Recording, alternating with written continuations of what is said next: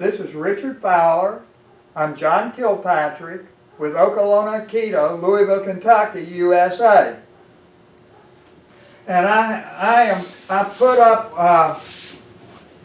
one of the Jo Katas that we do, and there are two others that we do, and I'll be getting them up in the next few days if everything works like it should. And I want to go through these katas step by step, and as I did the katas, I showed the steps. And you can do the katas to teach all kind of different things. I'm doing the katas to teach the leading and kazushi with the Jo, and to teach these advanced concepts that are of interest to me. So when the first movement in the kata is that I stick my Jo out here, and you know, when I'm learning the kata, you know, I've always asked my teacher, well, what is this? What's happening when I stick my Jo out here?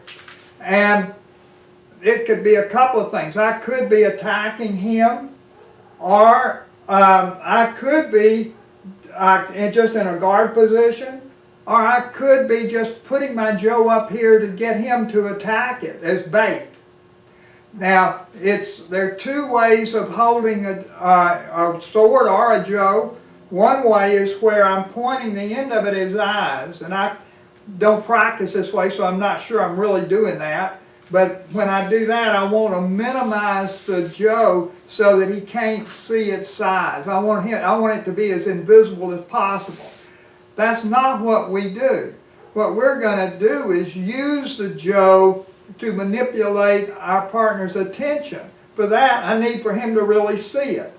So I have the Jo up here pretty much at eye level. I want it up here where he sees it, at his eye level, not mine. I want it up here. I want him to be aware of the Jo. So now the first step is I have this up here where he sees it, whatever I'm doing with it. Then he's going to strike my hand. So he's striking here, and when you do this, usually with the Jo, you know, he'd be sliding down it and hit my hand. That makes it where it's hard to miss the hand. And so then I'm going to naturally get my hand out of the way. So I'm coming up like this so he misses a hand.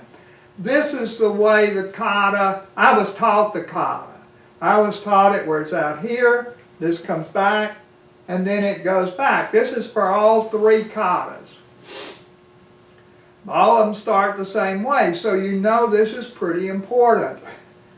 Now, then I saw a thing where Saito was talking about this, and he says, well, what this really is that he comes in, he strikes at my hand, and I swing this down, then I swing back and hit his wrist. That makes sense. That disarms him. Then I come in and stab. That would be, so this would be move 1, move 2, and then move 3. Well, that's all nice. What I want to do is lead him in, and I want to get a good kazushi where I pull him in off balance. Now, I did an earlier video on this, and it's pretty good, but there were some things I didn't understand. I understand it better now. So, back up some more. Yeah, there we go. And so, what I'm going to do, what I did in the previous video is he struck there, and I came here and then struck. But the crucial thing is I was leading then. I understood leading is giving him the substitute target. So what he wants to do is hit this and then come up into my throat. Well, what I want to do is talk him out of that. And I do it by getting out of the way here and hitting him. So now I understand that it's much more effective to pull him into me. So rather than when I do this, I'm pulling my Jo way back here so that he chases my hand. And this actually works extremely well.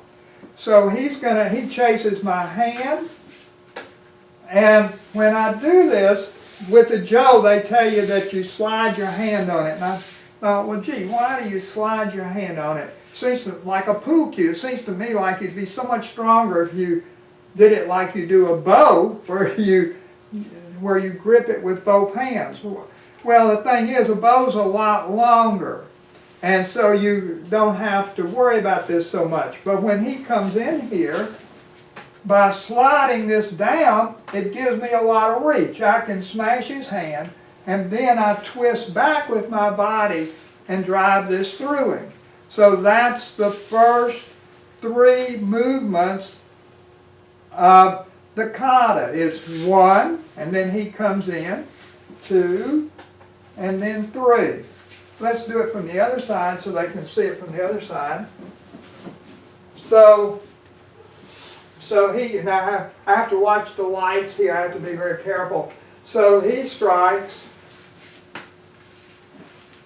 and now I want to show you from this angle.